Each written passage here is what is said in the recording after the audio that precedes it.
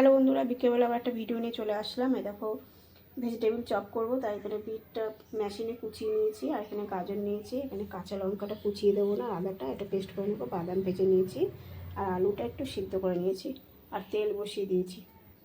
তেলের মধ্যে আদাটা কাঁচা লঙ্কা পেস্ট করে দিলাম। আদাটা লঙ্কাটা হয়ে গেছে, এই বিটটা দিয়ে দিলাম, গাজরটাও দিয়ে দিলাম। দেখো বন্ধুরা, এখনো আলু আছে।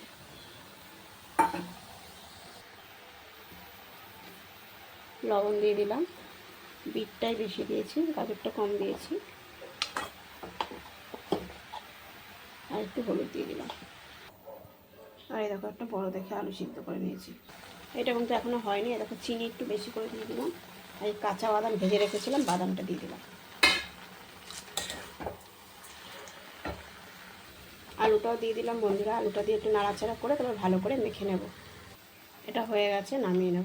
বন্ধুরা ঠান্ডা হয়ে গেছে, আমি করে নিয়েছি কটা। এই দেখো বিস্কুটগুলো নিয়েছি, আর এখানে অ্যারারুট নিয়েছি। আমি অ্যারারুটই বলছিলাম। এর মধ্যে একটু গোলমরিচের গুঁড়ো দিয়ে দিয়েছি, একটু লবণ দিয়ে দিয়েছি। তোমাদের একটা দেখিয়ে দিই।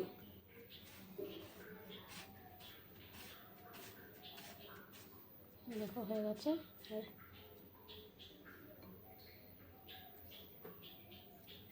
এখানেই রাখলাম, ভাজতে হবে এক্ষুনি। বন্ধুরা তেল বসিয়ে দিয়েছি, চলো তোমাদের একটা ভাজা দেখাই তাহলে।